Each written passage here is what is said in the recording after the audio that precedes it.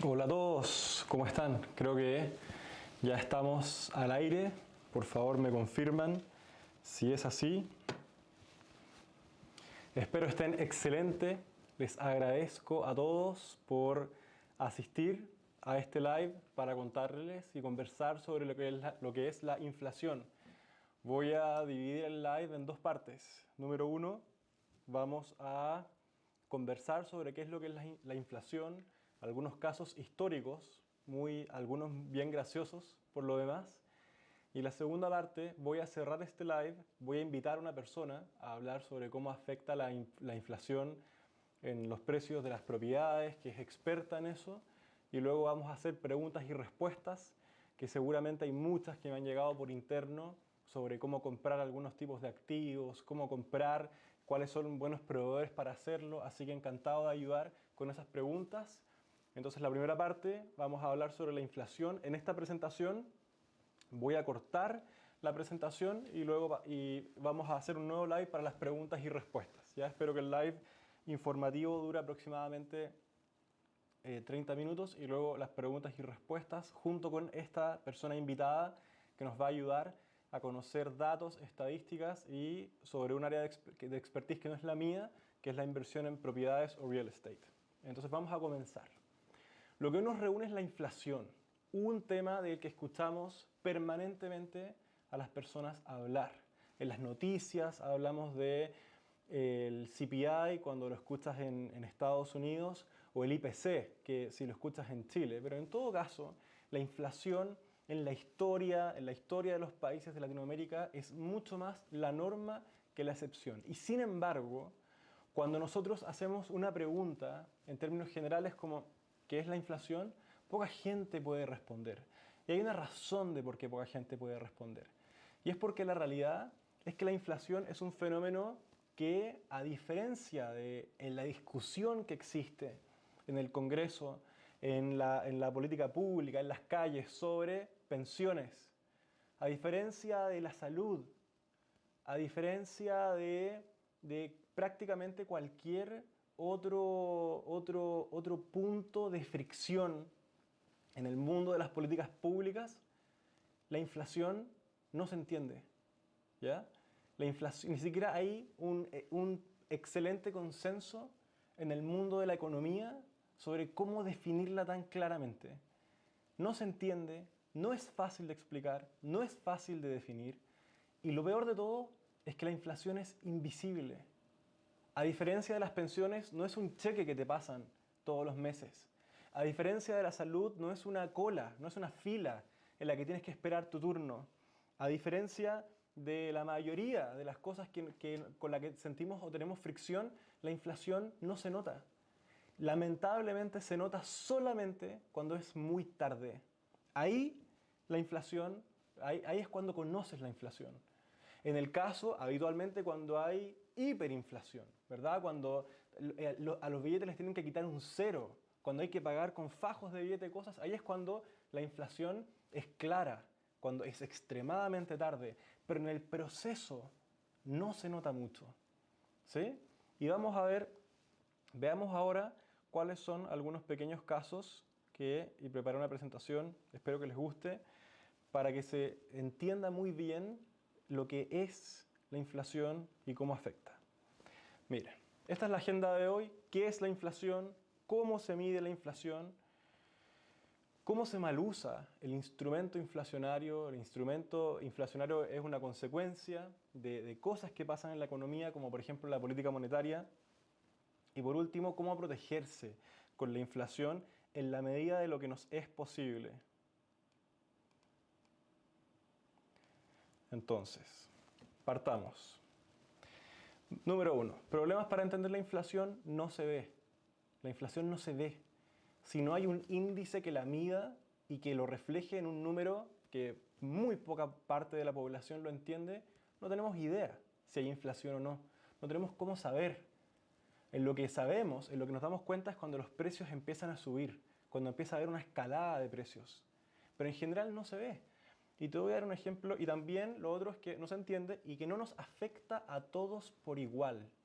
Esto es algo extraordinariamente relevante porque la inflación afecta desproporcionadamente en la distribución del ingreso, en lo que hoy en día es una gran preocupación para los gobiernos del mundo, que es la igualdad o la desigualdad.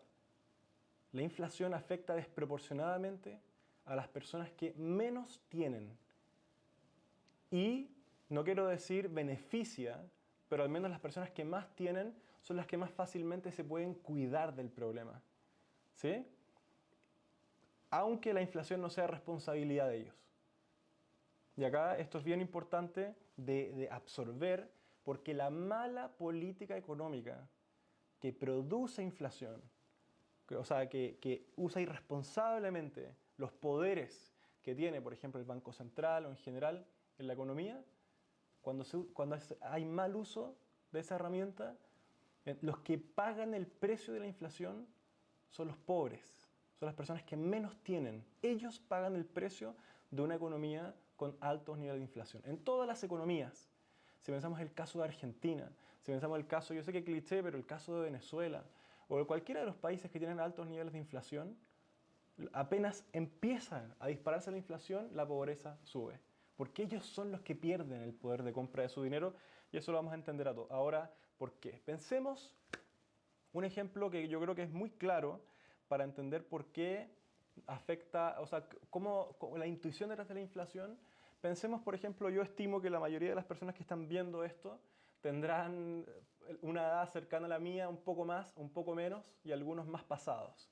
Pero pensemos en un McDonald's. Si íbamos al McDonald's hace 15 años atrás, ¿cuánto costaba un combo Big Mac? Lo más probable es que con menos de 10.000 pesos podían comer 4 personas. Todos podían pedirse un combo que les iba a costar entre 2.000 y 2.500 pesos y en total la cuenta salía 10.000 pesos. Hoy en día, un combo del Big Mac vale aproximadamente 5.500 pesos. Entonces, 4 personas comerían con 20.000 pesos. ¿Ya?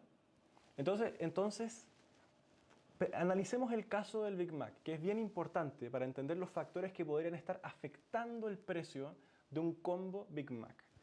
¿Qué cosa se necesita para producir un combo Big Mac? Primero que todo, se necesita una franquicia de McDonald's. Alguien tiene que haber comprado la franquicia a McDonald's para poder establecerla en ese lugar. Eso es lo primero. Sin eso no hay McDonald's. Y tenemos que evaluar, ¿la franquicia de McDonald's ha subido de precio o no? ¿Ya? Ese es un factor que podría influir quizá en el precio de los Big Macs. Otro factor, el salario o la remuneración de la gente que trabaja en esa sucursal de McDonald's. Los salarios de ellos afectan en el precio final del Big Mac. ¿Qué otras cosas? La carne, ¿verdad? Todos los insumos que tiene el producto que te van a entregar.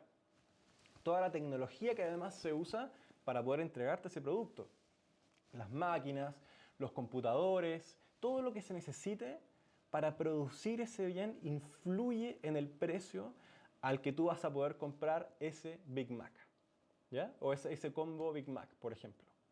Entonces, otra cosa que va a influir también es el arriendo que paga esa franquicia, el real estate debajo. Si no son dueños, que la mayoría de los McDonald's lo son, por cierto, si es que no todos, pero el precio del real estate debajo de ese McDonald's, si el arriendo sube, eso también le afecta al precio. ¿Ok? Entonces, si nosotros hace 15 años estábamos comprando Big Macs por 2.500 pesos, combos, y ahora los compramos por 5.000 pesos, lo que tenemos que preguntarnos es qué aumento de precio explica el aumento de qué factor explica el aumento del precio final del Big Mac al que lo estamos comprando. Y ese análisis es lo que nos va a ayudar a entender a dónde se están inflando los precios. Porque puede ser, seguramente si tú has ido a un McDonald's últimamente, te vas a dar cuenta que hay menos gente que nunca atendiendo un McDonald's. De hecho, ahora tú haces el pedido por un computador. Ahora hay una persona en la caja, las personas en la cocina y una persona que pasa los pedidos de la cocina al mesón de entrega. Hay mucha menos gente que antes, sino que hay pantallas donde uno pide y paga con tarjeta de crédito. Salvo que lo quieras pagar en la caja con una persona. Hay menos gente, hay menos sueldos de personas en esa sucursal. Ahora, Una cosa que puede haber pasado, la carne ha subido de precio. Nadie podría decir que el McDonald's tiene tremendas hamburguesas que te dan ahí de kilos y kilos de carne. O sea, cada vez son más pequeñas y más planas. Pero puede ser que la carne haya subido y eso explica una porción del precio. El precio del arriendo de la propiedad. Seguramente los precios de las casas, los precios de los edificios, los precios de los departamentos, los precios de las oficinas han subido enormemente en los últimos 15 años, ¿verdad? Podría ser uno de los factores que explica el precio. Entonces, cuando nosotros tenemos un aumento sostenido, persistente en el precio de algún factor, a eso a veces, no siempre, porque si está justificada la razón, rara vez lo vamos a llamar inflación. Por ejemplo, si hay una helada, hay una temporada muy fría y, por ejemplo, las paltas se mueren en el campo, hay menos paltas y por eso, dado que hay menor oferta de paltas, misma demanda, sube el precio de las paltas. Difícil sería que alguien diga hay inflación en la economía por el precio de las paltas. Subió el precio de las paltas por un efecto estacional, pero no es un incremento persistente en el precio de algo, ¿ya? Entonces, para nosotros poder empezar a entender lo que es inflación, tenemos que encontrar persistencia en el tiempo, ¿ya? Tiene que repetirse este fenómeno en el tiempo para poder empezar a decidir si es que es un fenómeno inflacionario o estacional. Si no hay persistencia, uno no puede decir, hay inflación porque este mes las paltas están caras. No es así, ¿ok? Eso es algo bien importante de absorber. Lo segundo importante de absorber para ver cómo esto nos afecta. Pensemos en la ida a un restaurante. ¿A cuánto podías comprar un plato de comida en un restaurante de gama normal? No pensemos gama lujo, gama normal. Lo más probable es que antes podías ir a un restaurante un fin de semana. Yo me acuerdo que cuando era niño, con mi familia, por ejemplo, íbamos a un restaurante. Yo soy de Viña, íbamos a un restaurante en la costa, normal, y la cuenta salía, por ejemplo, 40.000 pesos por los 4 un fin de semana, 2 pisco sour, todos pedían comida, postre, 40.000 pesos, más aproximadamente. Si no pedíamos postre, podría salir menos. Pero hoy en día, para 4 personas, para el mismo restaurante, solamente un plato de esa comida costaría más o menos 12.000 pesos o 10.000 pesos. Entonces, ¿qué explica en el caso del restaurante el incremento enorme que han habido los precios de los restaurantes? ¿Qué explica eso?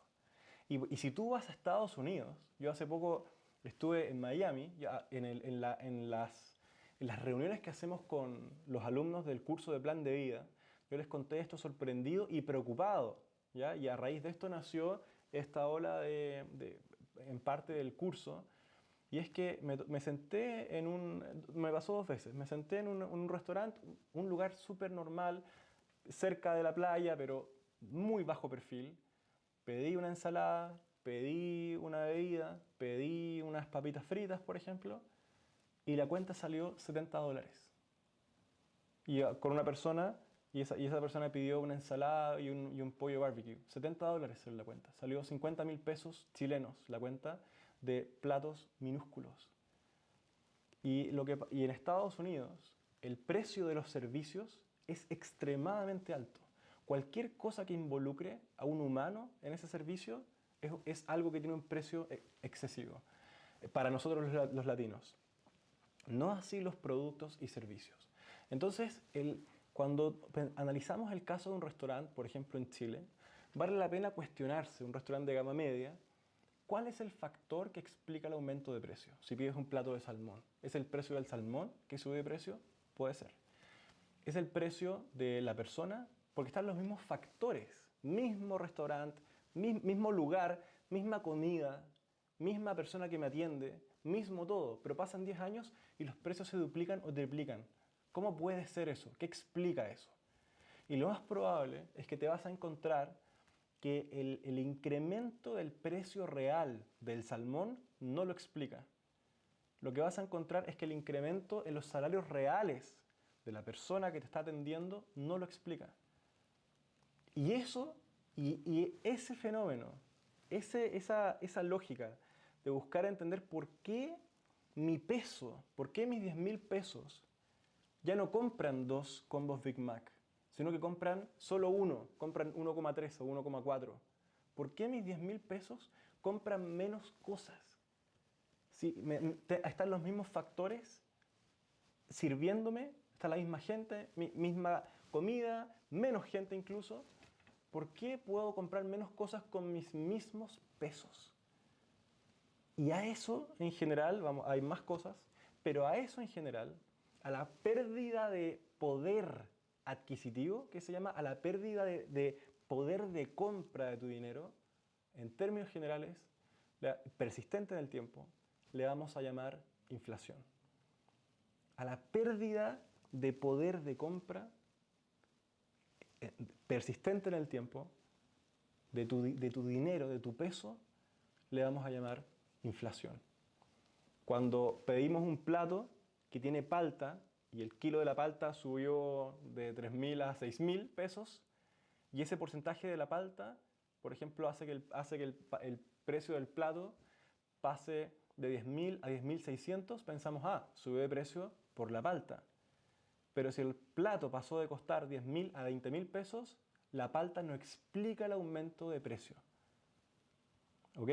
Entonces, lo que pasó es que yo con mis mismos 10.000 pesos ya no me alcanza para comprar un plato. Sigamos con la presentación. Y les agradezco a toda la gente que está conectada. Un honor. Espero que estén aprendiendo con esto. Entonces, vamos a ver los distintos tipos de inflación y les voy a explicar cada uno en qué consiste. Hay un tipo de inflación que se llama inflación por consumo o demanda, pero solamente esto ocurre cuando es persistente en el tiempo, si no le vamos a llamar una alza de precio. Rara vez un economista se va a referir a algo como hay inflación en las paltas porque circunstancialmente subió, aunque podría ser si es medio descuidado. Pero inflación por consumo o demanda, exceso de demanda de algo.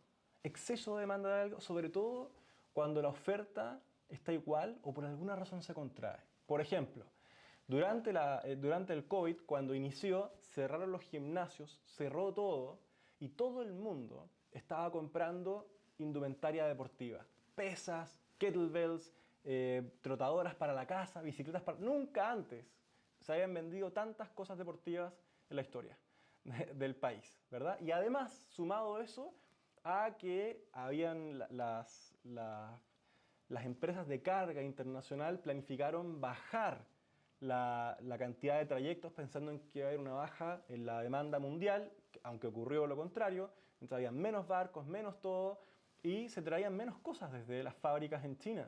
Y además las fábricas en China tenían menos gente trabajando por el COVID. Entonces, menos producción, menos oferta, y ocurrió, además, que la gente estaba demandando más esos bienes en todos los países del mundo porque como no podía ir al gimnasio, quería hacer ejercicio igual.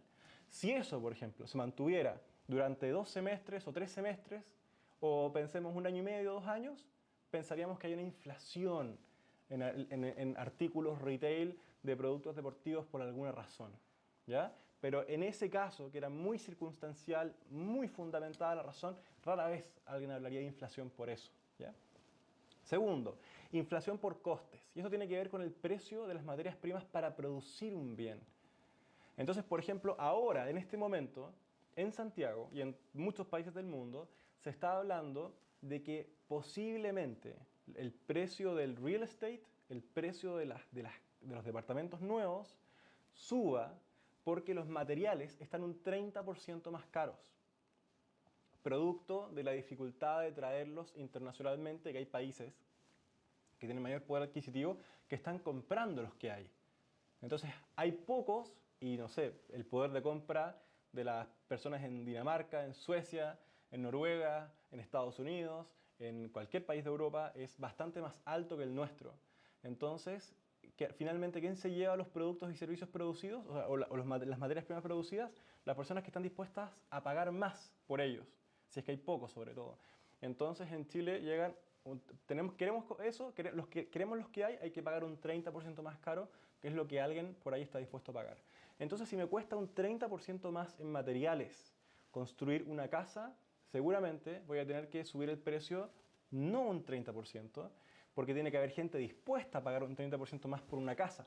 Es distinto que una madera me cueste 30% más a que una casa me cueste 30% más. Seguramente para una casa un 30% más cara no hay mucha demanda, pero para la madera un 30% más cara hay más demanda.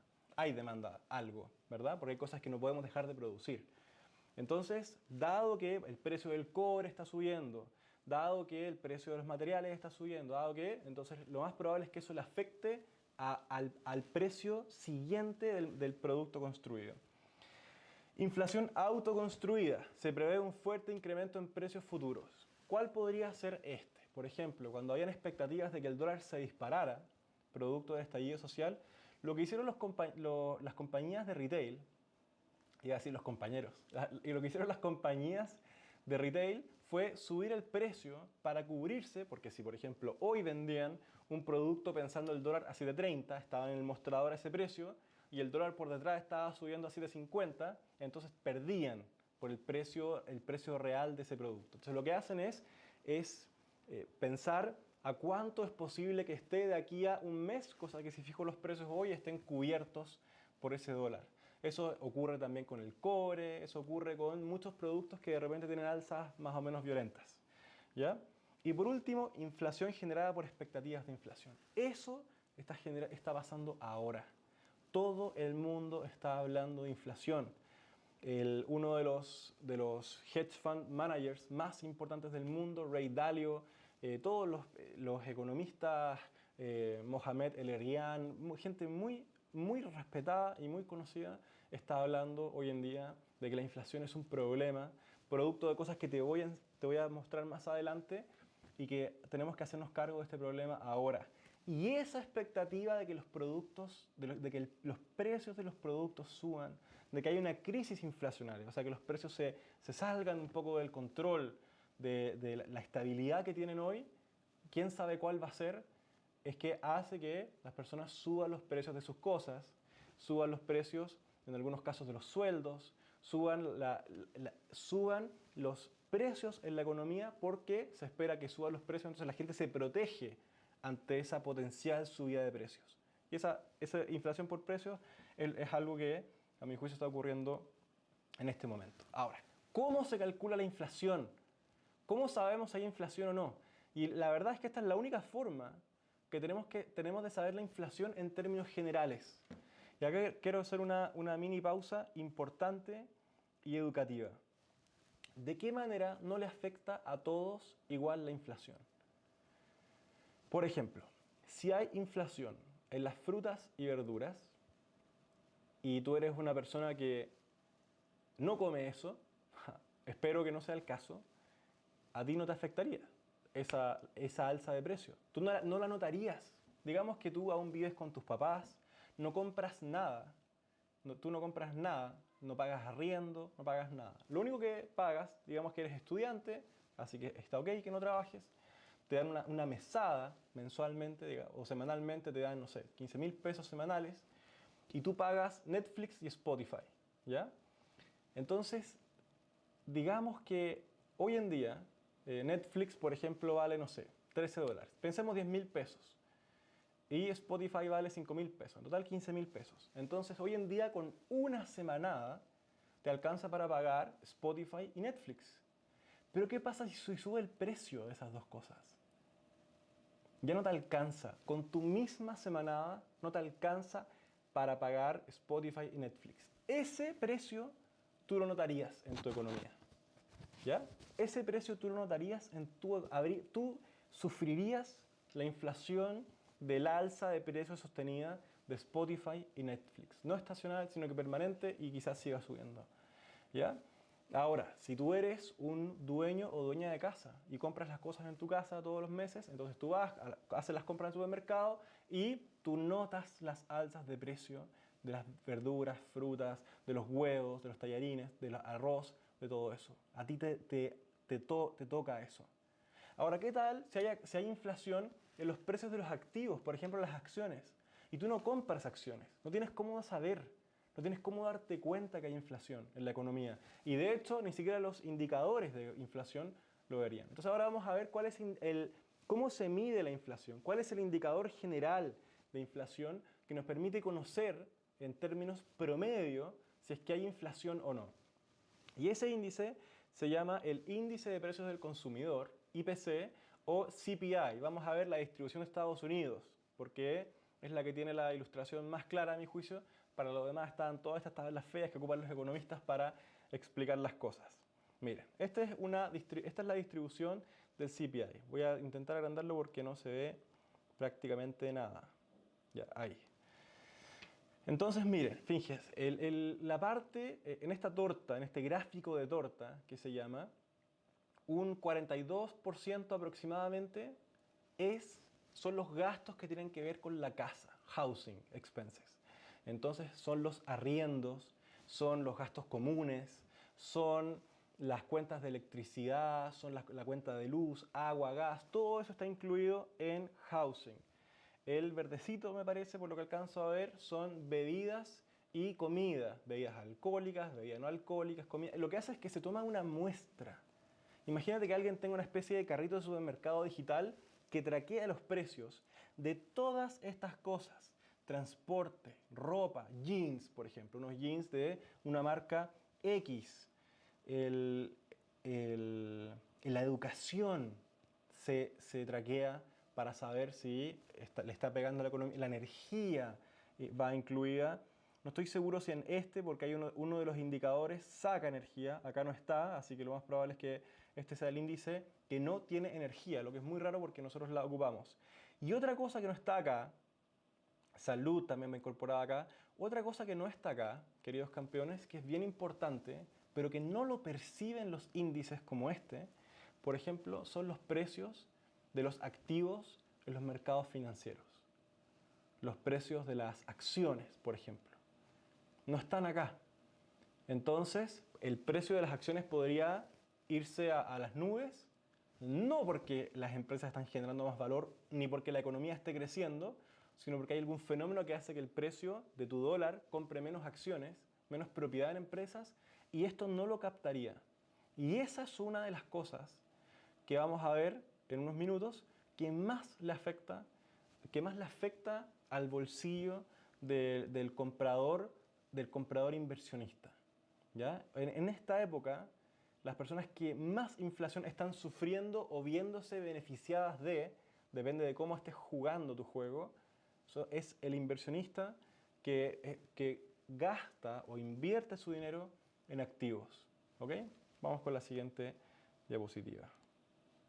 Así es como se mide el índice de precios del consumidor. Todas estas cosas van ahí en una especie de muestra de cosas estándar para saber cómo andan los precios en general en la economía. Ahora, quiero hacer un recuento. Esta es la inflación desde 1976. Entonces, dada la tablita que te mostré acá, la torta, dado el promedio de precios de salud, cine ahora está incluido, gimnasio está incluido, los servicios online como Netflix, Spotify están incluidos, pero muestras de ellos.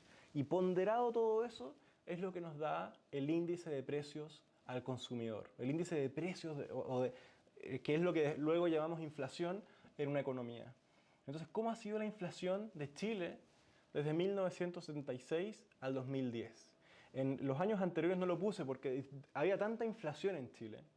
En el año 1970 aproximadamente, o 1961, 62, había tanta inflación, era tan alta la montaña de inflación que reducía lo que tú podías discriminar de las partes más bajas del gráfico. ¿Ya? Por eso la corté. Pero desde 1976, mira cómo va bajando, hasta ahora tenemos inflación muy cercana al cero. Cero no es 1, es 2, es 3, es 4, pero muy, muy cercana al cero. A diferencia, mira antes, o sea, como si nada, 20%, 30% en los años anteriores, 800% a lo que está expuesto acá. Imagínate que tienes dinero en tus manos y pierde, o sea, ya no vale nada tu dinero. Pierde tanto valor que no alcanzas a comprar nada con lo que sea que tengas en las manos. ¿Ya? Eso es lo que estamos diciendo cuando estamos diciendo inflación de 800%. Entonces, hoy, la realidad que tenemos hoy, la realidad que conocemos hoy, para las personas que nacimos, yo nací en el año 89, para las personas que nacieron desde el 90 en adelante, nosotros no conocemos la inflación.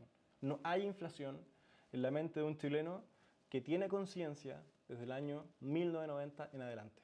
No existe. Nunca nos preocupamos de eso, ¿ya? Pero imagínate que tuvieras ahorros en el banco en el tiempo anterior. Y recuerda que yo te decía antes que la inflación es la pérdida del poder de compra de tu moneda. Con 100 pesos, o sea, con 5.500 pesos, alcanza para comprar un Big Mac. Ahora, imagínate que hay inflación 800%. Digamos que el precio creció de ese Big Mac, creció 9 veces. Ahora, si lo compras con 5.000 pesos, subiría a 45.000 pesos el Big Mac. ¿Ya? Imagínate que tuvieras tus ahorros en el banco y tuvieras 100 millones de pesos y con eso te alcanzara para comprar un departamento. Lo que estaremos diciendo es que los departamentos ahora en lugar de costar 100 millones de pesos van a costar cercano a 1.000 millones de pesos. Todos los ahorros de tu vida, si es que estaban en el banco, se transformaron en capaces de comprar un décimo de un departamento. Eso es el peligro de la inflación descontrolada que ocurría en los años anteriores. Hoy en día, como puedes ver acá, ya no conocemos eso.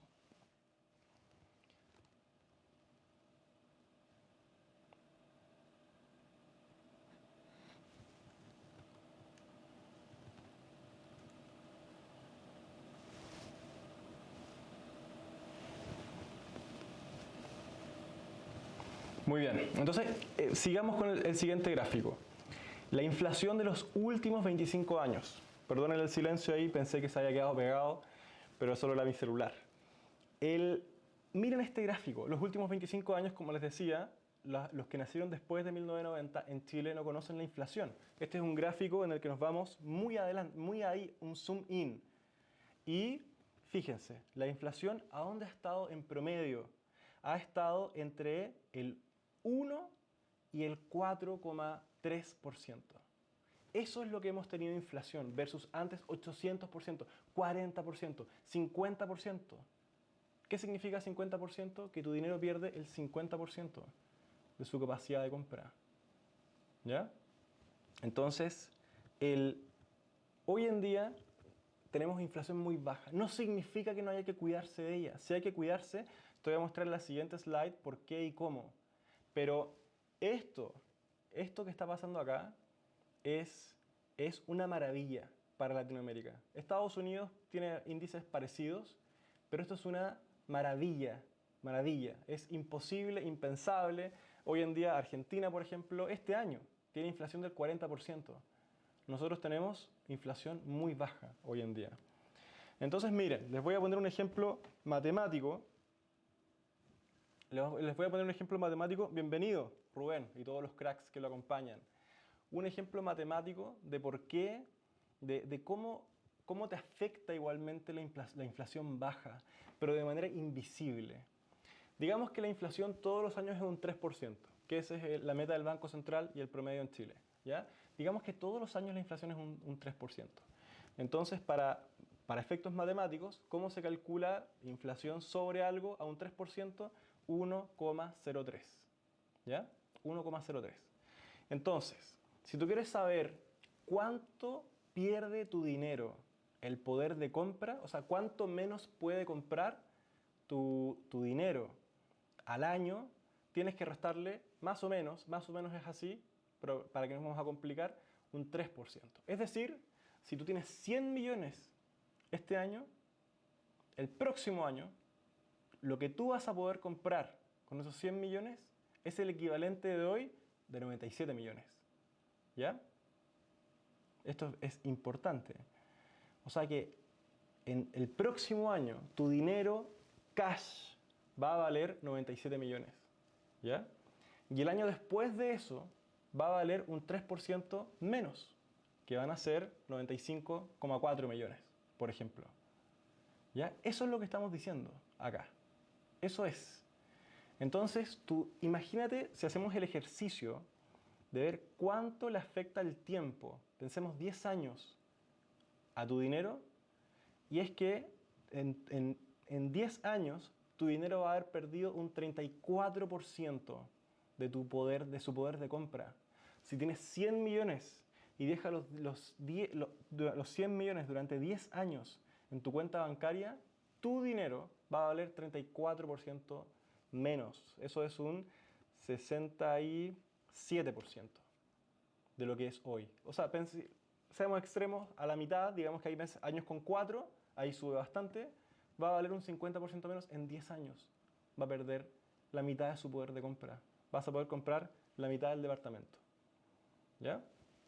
Entonces, ahora, digamos que, acá lamento todos los números, pero el ejercicio es bien simple. Digamos que yo tengo 100 millones y lo pongo en el banco en un depósito a plazo al 5% durante 10 años. Esto no es así. Los bancos tienen intereses mucho más bajos. Te dan mucho menos que 5%. Pero digamos que en el mágico caso de que los bancos den un 5% de interés, vamos a tener los 100 millones. ¿Cuánto ganaríamos? Y la respuesta es la siguiente. Si yo pongo en un depósito bancario durante 10 años al 5%, a los 10 años voy a tener 162 millones. ¿Ya? Porque recuerda el ejercicio matemático, es 1,05 por 1,05 por 1, porque es el 5% por el 5% por el 5%. En 10 años voy a tener 64% de rentabilidad. ¿Ya? Lo que no es poco, no es mucho en 10 años, es bien poco. Ahora, ¿cuál es el problema? Que a eso no le hemos descontado la inflación. Porque recuerda que tu dinero se va componiendo en lo que tú ganes por los intereses que te da el banco, pero a la vez tu dinero va perdiendo valor, producto de lo que pierdes, por lo extra que te cuestan las cosas, porque el peso va perdiendo valor. Y si nosotros le descontamos la inflación, que es el 34%, logramos un 62% de rentabilidad, pero le tenemos que quitar el 34% de rentabilidad, ¿cuánto nos queda? Nos queda 28% de rentabilidad. Tuvimos el dinero invertido, ahorrado en el banco, en depósitos a plazo, 10 años sin tocarlo disciplinadamente ahí, y solamente logramos un 28% de rentabilidad real.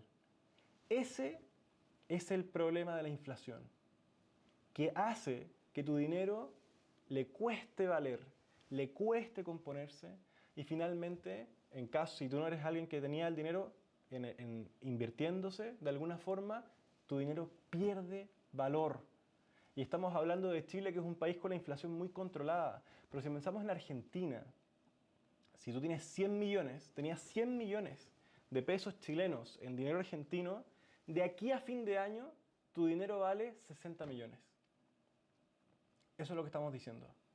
De aquí a en un año, por tener tu dinero ahí en una cuenta de ahorro, bajo el colchón, tu dinero vale 60% de lo que era antes. O sea, que si tienes, que de aquí a fin de año el Big Mac va a costar 10.000 pesos. Eso es lo que estamos diciendo. Y lo que es una locura es, ¿quién paga el precio de esto? Vamos a ver. Entonces, algo que he comentado en muchas repeticiones en las reuniones de plan de vida es que el grave problema de la inflación es que afecta a las personas no por igual, ¿ya? Y ocurre lo siguiente. En las economías desarrolladas, en las economías o relativamente desarrolladas, como es el caso de Chile, donde no tenemos problemas de hambruna, ¿sí? La pobreza es en torno al 8%, ha subido ese número, o el 7% antes, producto de la crisis del COVID y también el estallido social que dejó a muchas personas en quiebra y sin empleo. Pero en Chile no tenemos un problema grave de hambre, como en otros países de Latinoamérica, donde sí es un problema grave, y sobre todo países de África, pero que se ha reducido enormemente en los últimos años. En un país en el que en que la clase media constituye el grueso de la población, si tú te pones a a hacer, digamos, los gobiernos. Se ponen a hacer gasto muy irresponsable con un mecanismo que voy a contar ahora en unos minutos. Se ponen a hacer gasto excesivo, imprimiendo dinero responsablemente junto con el Banco Central. La pregunta es, ¿a dónde se va a ir ese dinero? Si los gobiernos son irresponsables con el manejo de la política monetaria y empiezan a imprimir billetes, ¿a dónde se va a reflejar eso? Porque recuerda que la inflación ocurre porque hay más demanda por un bien, es porque se contrajo la oferta y mucha más demanda por un bien, o es porque los precios de las materias primas subieron. ¿A dónde se va a reflejar? Es el alza de los precios persistente sostenida porque hay mucha más gente comprando en una economía desarrollada. Vamos a un caso extremo. Pensemos en un país como Noruega. Digamos que los países hacen política monetaria irresponsable. Antiguamente, la inflación, o en los países menos desarrollados, cuando había política económica irresponsable y se ponía a imprimir dinero y darle plata a la gente, a traspasar plata a la gente de alguna forma, ¿qué hacía la gente? Compraba más verduras, compraba más frutas, porque en los países pobres eso es lo que falta. Bienes de primera necesidad. Eso es lo que la gente va a comprar. Arrienda más casas, arrienda mejores casas, se va a vivir en familias juntas, muchas familias juntas en un hogar, arriendan más casas, se construyen más casas, compran más verduras, compran más frutas, compran más fideos, compran más arroz. Entonces antiguamente, compran más ropa. Antiguamente era muy claro ver el fenómeno inflacionario en un país que tiene un nivel de desarrollo bajo, porque en esos productos es donde más dinero llega. Sin embargo, si nos vamos a un país, en el caso extremo, Chile también está por ahí, no en nivel de desarrollo parecido ni de cerca, pero en el fenómeno de a dónde va el dinero que se libera en la economía. En Noruega, si hubiera política monetaria irresponsable, la gente va a ir a comprar más papas, va a ir a comprar más tomates, va a ir a comprar más choclos o más palta. No, porque ya puede comprarse eso. Ya puede comprar arroz, ya puede comprar restaurantes básicos, ya puede pagar eso con su nivel de salario normal, ya puede pagar su educación, ya puede hacerlo. Entonces, ¿a dónde iría si es que empieza a haber exceso de dinero? Y lo que ocurre en las economías desarrolladas es que el exceso de dinero se canaliza a otros lugares que el índice de precios del consumidor no necesariamente captura, salvo una parte, que es el del hogar, que los arriendos suben cuando esto pasa. Pero ¿a dónde se va el dinero cuando hay exceso de impresión? Por ejemplo, en Europa, en Estados Unidos, en Chile también, en la economía, se va a los activos.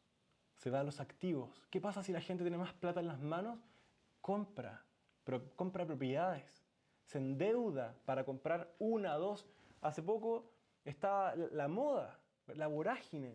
Mucha gente comprando 4 o 5 propiedades con estas empresas que vendían propiedades para ser inversionistas. ¿Verdad? Muchas propiedades comprando, oye, anda a distintos bancos, pide un crédito al mismo tiempo y cómprate 10 propiedades de una vez.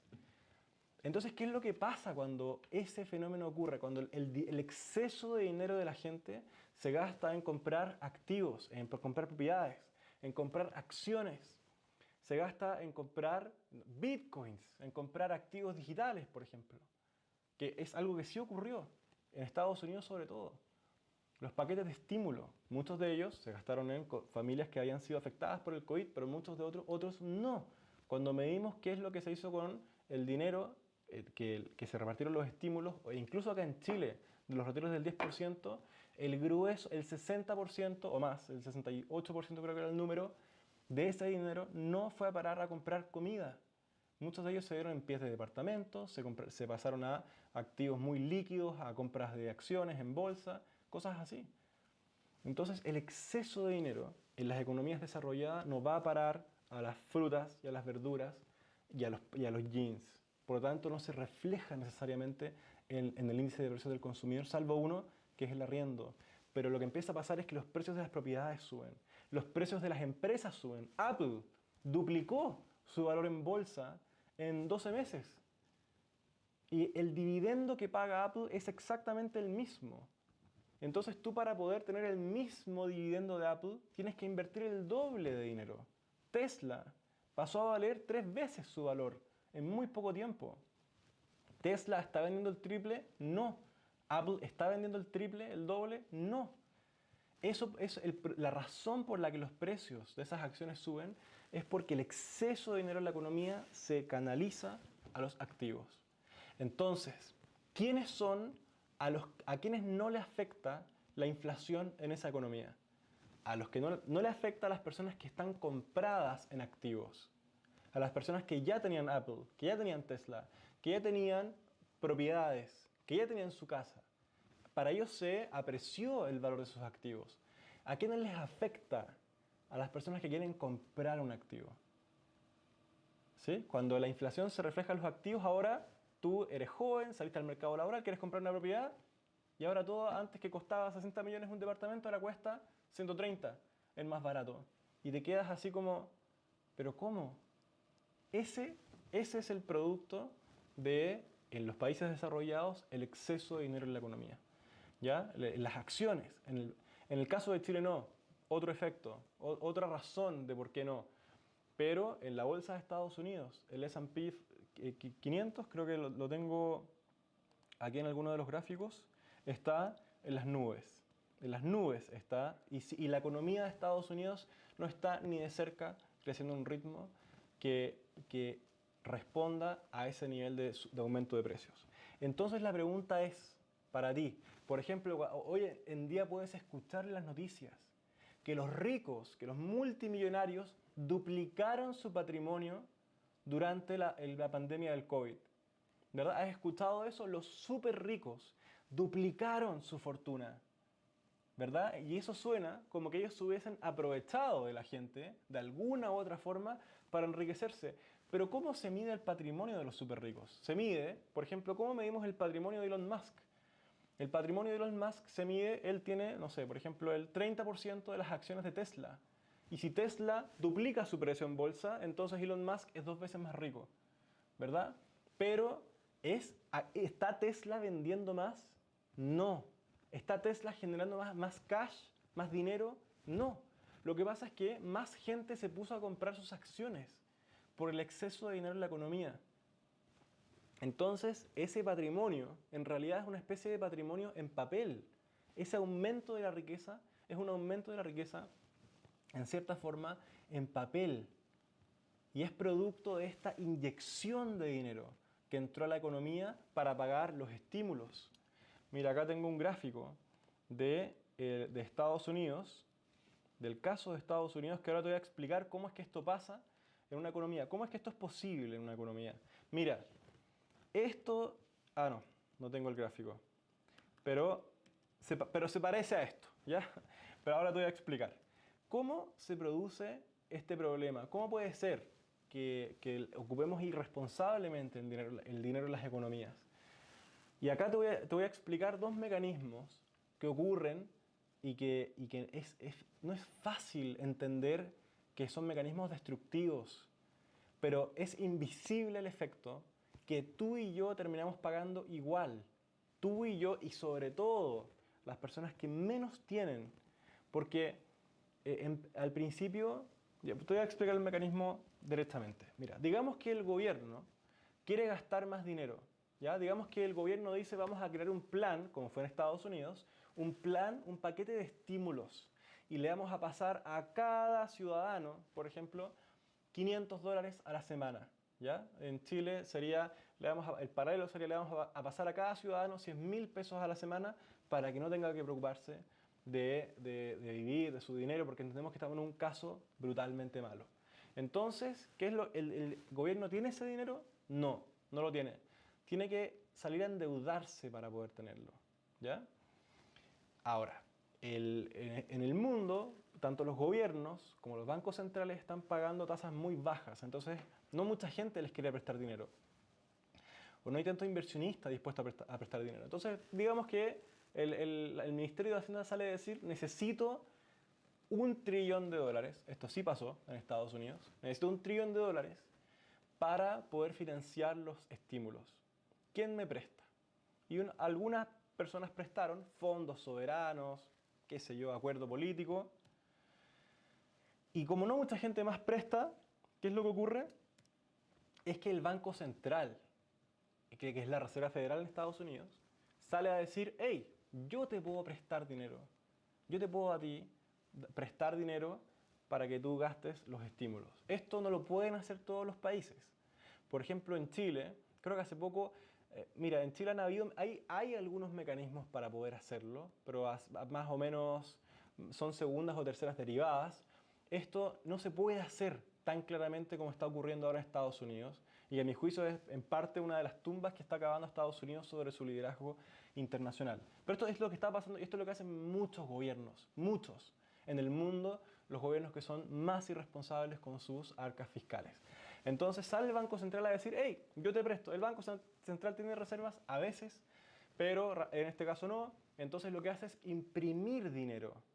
Lo que hace es imprimir dinero para pasarle al Ministerio de Hacienda en forma de deuda. ¿Ya? Entonces lo que hace es, ven ahí, ustedes tengo la animación, imprime dinero para pasarle al Ministerio de Hacienda, que es el Tesoro, el dinero que necesita para pagar el paquete de estímulos en forma de deuda. Le dice, te presto 1 trillón y tú me vas a pagar, por ejemplo, 1,1 trillones de aquí a 10 años, por ejemplo. ¿Ya? Entonces, el Banco Central le pasa el dinero a cambio de que el Ministerio de Hacienda le prometa pagar. Eso es una emisión de bono. ¿Ya? Eso es un bono, es una deuda en el fondo, pero que emiten las grandes instituciones para grandes cantidades de dinero.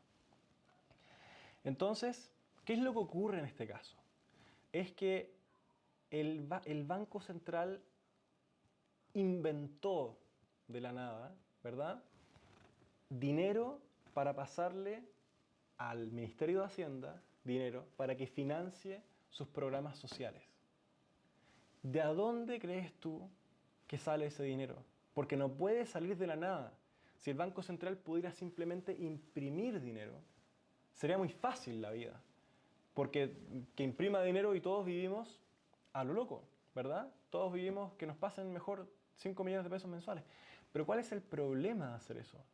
El problema de hacer eso es que, piensa esto, si en una economía, por ejemplo, tengo una economía que tengo un reloj, y para ese reloj, y en esa economía tengo solamente 10.000 pesos, yo tengo 10.000 pesos y alguien tiene un reloj, yo le digo, hey, te compro el reloj. Y esa persona dice, a ver, te lo vendo en 100.000 pesos, no tengo. 10.000 pesos, no tengo. Y esa persona lo quisiera vender, la única forma de llegar a un acuerdo sería que yo le pase ese dinero que hay. Porque si después me lo quiero recomprar, sería el mismo monto equivalente. ¿Sí? En esa economía no habría inflación, no habría cambio. Hay un precio para un bien, o sea, un sistema de intercambio, un sistema monetario para un bien, y es lo único que hay. Si hubiesen 10.000 costaría el reloj. Entonces, si yo de repente a esa economía le meto más dinero, ¿a cuánto voy a vender el reloj? A la cantidad de contadores que tenga esa economía. ¿Ya? Entonces, en el caso de Estados Unidos, de la nada, aparecieron, ¿cuánto fueron? Creo que van a ser 3 trillones o 4 trillones en total los paquetes de estímulos de aquí a que se termine, desde Trump, que emitió el primero. De la nada, ¿quién paga eso? Y la respuesta es que mientras más dinero esté circulando en la economía, menos vale cada dólar. Mientras más dinero se imprima, lo que pasa es que con la misma cantidad de bienes, porque la economía no está creciendo, con la misma cantidad de bienes meto más dinero en la economía. Y claro, todos lo sienten bien. Ah, tengo 500 dólares extra para gastar. Voy y me lo gasto. ¿Y qué es lo que pasó con eso? En la realidad, no en la narrativa de que la gente está ahí muriéndose de hambre. ¿Qué pasó en la realidad? ¿A dónde se canalizó ese dinero en esa economía? ¿Sabes tú dónde se fue ese dinero? Se fue en las grandes cantidades. No se fue a comprar frutas y verduras. Se fue a comprar acciones. Se fue a comprar acciones en estas plataformas como Robinhood. Se fue a comprar criptomonedas. Se fue a comprar ETF. Ese dinero volvió al mundo de los activos. Se fue a comprar propiedades. Hoy en día los precios de las casas en Estados Unidos, los departamentos, están más altos que antes de la crisis subprime. ¿Y por qué se debe eso? Es porque el precio es simplemente un indicador de cuánto dinero está dando vuelta a la economía y por lo tanto cuánta demanda puede haber, cuánta demanda, cuánto más estamos dispuestos a gastar por el mismo bien. Y lo que pasa es que mientras más estemos dispuestos a gastar por el mismo bien, menos puede comprar mi mismo dólar. ¿Ya? La siguiente forma en la que el Banco Central mete dinero en la economía es que se lo presta a las instituciones financieras a una tasa de interés. Les dice a los bancos, ahora, cuando el Banco Central quiere imprimir más dinero, quiere meter más dinero en la economía para estimular la economía, se supone, lo que hace es bajar la tasa de interés. Entonces la tasa de interés, que tú puedes escuchar la tasa de política monetaria, la tasa de interés del Banco Central, ¿lo habrás escuchado? Dice 5%. 3%, 2%, ahora está en 0, nada por ciento, ahora está como en 0%. Entonces, está en 0,1%, por ejemplo. Entonces, dice, el banco dice, bancos, yo les voy a prestar dinero al 0,1%. Y lo que te voy a contar a continuación es extremadamente importante para ti. Extremadamente importante para ti y para tu dinero que tengas en el banco. Si el Banco Central le presta al banco, porque lo que hacen los bancos normales es prestar dinero a la gente, ¿verdad? Y cuánto interés te cobra depende de cuánto le cueste el dinero a ese banco. Y ese banco lo consigue a la tasa que le da el Banco Central, más o menos. ¿Ya? Entonces el Banco Central le dice, te presto a 0,1. Yo digo, el dinero me costó 1,0. Yo soy el banco, el dinero me costó 0,1, te lo presto a 0,2. Y gano 0,1 cada vez que presto dinero. Eso es una simplificación, pero así funciona, más o menos. Entonces, al banco le cuesta lo que le presta el Banco Central y a la gente le cuesta lo que yo le agregue de margen a esa venta. ¿Ya? Ahora, escucha bien. Si el Banco Central tiene la tasa 0,1, o sea, al banco le cuesta nada, conseguir el dinero, ¿tiene incentivos el banco a pagarle interés a la gente que tiene dinero en la cuenta depositada? ¿Tiene incentivos el banco a pagarle algún interés a la gente que está en la cuenta? ¿Por qué crees tú que el banco, los depósitos a plazo no están dando nada? La razón por la que los depósitos a plazo no están dando nada es porque al banco no le interesa que la gente deposite su dinero ahí. Esa es la razón. Porque lo puede conseguir tan barato con el Banco Central que no tiene para qué. No tiene para qué ni siquiera hacer la gestión de que tú vayas y deposites dinero en un depósito a plazo. Eso le cuesta plata. Si lo puedo conseguir tan barato, lo hago con el banco. Ahora, si el Banco Central tiene la tasa 7%, ¿qué es lo que hace el banco? Lo que hace el banco es decirle a los depositantes, yo les voy a pagar 6,5% si ustedes me depositan dinero en mí. Y lo que hace es conseguir financiamiento más barato de la gente, de los depositantes, de los ahorrantes, de lo que podría conseguirlo con el Banco Central. Porque con el Banco Central le cuesta 7% y a la gente le va a pagar 6,5%, por ejemplo. Entonces puede conseguir dinero un poco más barato para prestárselo a otras personas, a los deudores, o a las personas que toman deuda para invertir en proyectos, se lo puede prestar en lugar de al sobre 7 al sobre 6,5 y puede ser más competitivo. Por eso es que ahora las tasas de los bancos están bajísimas, porque la puede conseguir muy barato del Banco Central. Y cuando esto pasa, lo que significa es que el banco puede conseguir dinero tan barato, que tiene un exceso de caja para prestar. Entonces lo que empiezan a hacer los bancos es a prestar mucho dinero.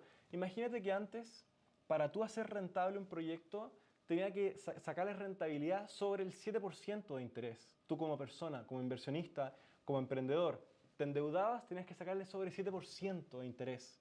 Pero ahora, si es 0,1, puedes sacarle de rentabilidad 7, 5, 4, 3, 2, 1, siempre ganas. Con cualquier proyecto ganas. Entonces lo que empieza a pasar en una economía en la que las tasas son muy bajas, es que la gente empieza a tomar mucho dinero prestado y a invertir en cosas que de otra manera no tendrían buena rentabilidad.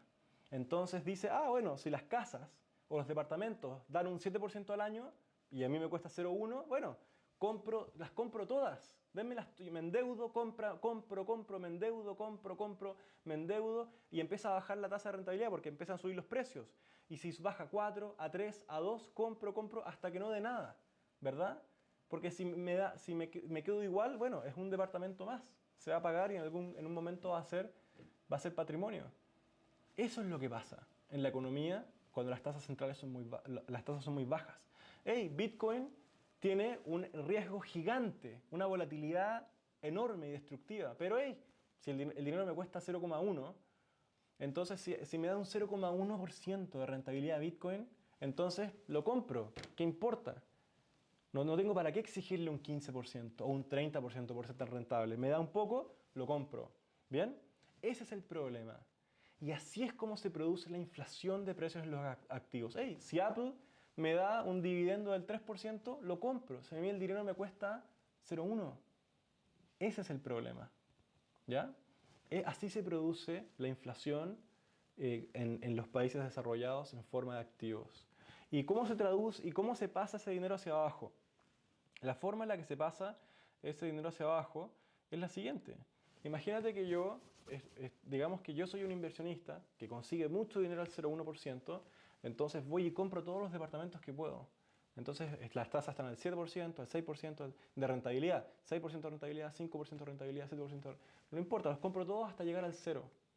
Entonces yo le pasé dinero líquido a todos esos tenedores de departamentos. A los dueños de departamentos yo les compré departamentos a 100 millones, 200 millones, 300 millones, subiendo el precio para que me den sus departamentos, porque tiene rentabilidad para mí y el dinero no me cuesta nada. Entonces ellos tienen más dinero en la economía.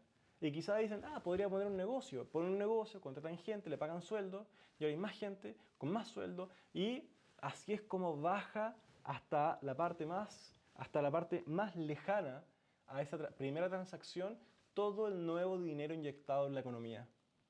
¿Ya? Así es como ocurre. Es un movimiento en cascada bien loco, pero así es como ocurre. ¿Ya?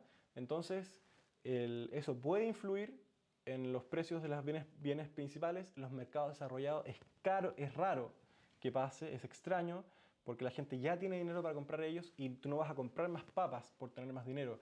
Sí vas a comprar más bienes de lujo, vas a comprar más autos, vas a comprar más departamentos, vas a irte más de vacaciones a lugares bonitos. Pero esos bienes no están medidos en los índices de inflación. ¿Ya? Y creo que estoy un poquito pasado a la hora para hacer pasar a mi invitado. Espero que todavía está ahí. Y mira, creo que es una de las últimas slides que te voy a mostrar en este primer live. Es el siguiente. Esta es la cantidad de dinero que el Tesoro de Estados Unidos, que es el paralelo del Ministerio de Hacienda, que el Banco Central le ha comprado al Ministerio de Hacienda. ¿Ya? Así es como ha evolucionado. Esto es justo antes de la crisis subprime, si es que se ve mi mouse ahí. Justo antes de la crisis subprime empezó a subir, porque nadie quería. Ya la gente empezó a dejar de querer los bonos del Tesoro. Entonces lo tuvo que empezar a comprar el Banco Central. Y empezó a subir. Y mira, fíjate lo que ocurrió para la crisis del COVID. Todo, no sé si todo, pero gran parte del dinero que emitió la Reserva, perdón, que pidió el Ministerio de Hacienda para poder financiar sus proyectos, lo hizo con dinero de la Reserva Federal. O sea, imprimió dinero y no sé si decir responsablemente o no, pero así lo hizo. Así lo hizo. ¿Sí? Entonces, esto va a pegar. Y como consecuencias, los casos los voy a contar otro día, como consecuencias, las consecuencias más graves, uno, antiguamente el dólar era un buen lugar, sobre todo para los países emergentes o los países subdesarrollados. Para ellos, claro, si antes teníamos inflación 800%, tenías dólar y no te afectaba nada. Un dólar era un dólar. Pero cuando tu economía, la economía de tu país pasa a ser más estable, ahora el dólar también te influye. Antes tú perdías el 800%. o el 40% como Argentina. Por eso la economía de Argentina, tú vas a comprar una casa y la casa se compra en dólares, está dolarizada. En Venezuela le están dejando que ocurra ahora para estabilizar un poco los precios, que se dolaricen las economías. Pero si tú estás en una economía subdesarrollada con niveles de inflación brutales, tienes que tener tu dinero en dólares, obviamente. ¿Ya? Pero ¿qué es lo que pasa cuando tu inflación no es el 8%, no es el 80%, sino que ahora es el 3%, el 2%? Compite con la de Estados Unidos, andan parecidos. Y Estados Unidos empieza a portar irresponsablemente. Y sí te afecta. Lo que tienes que hacer tú no es estar comprado o comprada en dólares. Porque el dólar también pierde su poder de compra. También lo pierde. No creas que no. Y este gráfico que te mostré antes es la más clara evidencia. Se inventaron trillones de dólares irresponsablemente. Y ahora alguien tiene que pagarlo. ¿Y quién va a pagar eso? La gente que tenga dólares. Va a perder el poder de compra de su dólar. No todo, va a perder una parte. Va a haber más inflación. ¿Ya? Entonces, mi sugerencia es, ¿a dónde, lo que hemos aprendido, a dónde se refleja? ¿A dónde es que se aprecian? ¿A dónde suben los precios de la economía en los países desarrollados? En los activos, ¿ya? No en la moneda. Entonces, si tú quieres estar protegido o protegida en dólares, tienes que comprar activos denominados en dólares. ¿Quieres estar protegido o protegida en euros? Tienes que comprar activos que estén denominados en euros. ¿Qué activos se transan en dólares? Por ejemplo, el oro, un activo refugio por excelencia. El oro se transa en dólares, ¿ya? Entonces, y el oro es un activo refugio de crisis y de inflación. Y no sé si ha sido tan poderoso como la inflación, pero poderoso, muy poderoso ha sido. Cuando sube la inflación, el precio del oro se aprecia, ¿ya? El oro es muy buen lugar para protegerse de la inflación. Y lo segundo, también son pero el oro no sube tanto de precio. Si comparas el precio del oro con el precio de las acciones han subido mucho más. Han subido al doble, al triple en los pasados años en Estados Unidos, por ejemplo, producto de la inflación. Hay inflación en los precios de las acciones, hay inflación en los precios de las propiedades, ¿ya? Entonces, el dólar y el euro y el renminbi, bueno, el renminbi es un caso especial, está controlado, ¿ya? Pero seguramente igual va a ser difícil contener esa presión alcista, quién sabe. Yen, de repente, puede ser dólares canadienses, dólares australianos. El punto es que tú puedes acceder a activos que estén denominados en distintos lugares del mundo, en distintas monedas, pero activos en esos lugares, no monedas, porque las monedas pierden su poder de compra. Para ti es un dólar, sí, pero ese dólar compra menos cosas en Estados Unidos. Compra menos cosas allá. Vas a un restaurante, antes tú pagabas con $100, todo el mundo te miraba los billetes, lo pasaban por la luz. Yo me acuerdo cuando era niño, fui con mi familia de vacaciones para allá. Mi mamá pasó un billete de $100, latina, ¿cierto? Con billete de $100, todos pensaban que habíamos asaltado un banco. Y ahora vas a un restaurante, pides unos doritos con palta, pides, no sé, dos cervezas y sale $60, $70 la cuenta. ¿Ya? Está costosísimo. Entonces, ya no sirve refugiarse en el dólar y además que Estados Unidos ha entrado a una política de gasto más o menos irresponsable, a mi juicio, y a juicio de muchos expertos, nivel top 1 de manejo de la política monetaria. Entonces, cuidado con tener tu dinero en dólares. Tienes que tenerlo en activos, en Chile, en activos, afuera, en activos, porque la moneda no aguanta, las monedas se deprecian, los activos se aprecian. ¿Bien? Y ahora lo voy a dejar hasta aquí porque es hora de las preguntas y llevo muchísimo rato en esto. Así que les agradezco. Ahora el live no se cierra, sino que voy a cerrar este live y voy a abrir otro live para preguntas y respuestas, porque por esta vía de transmisión no las puedo ver, y también para que recibamos a nuestro invitado en caso de que aún esté disponible. Ojalá que sí. Te pido mil disculpas, Rubén, por la demora. Ojalá que aún te puedas sumar. Nos vemos en el nuevo live en este mismo canal para que se sumen a la transmisión. Nos vemos en un segundo. Va a partir el live.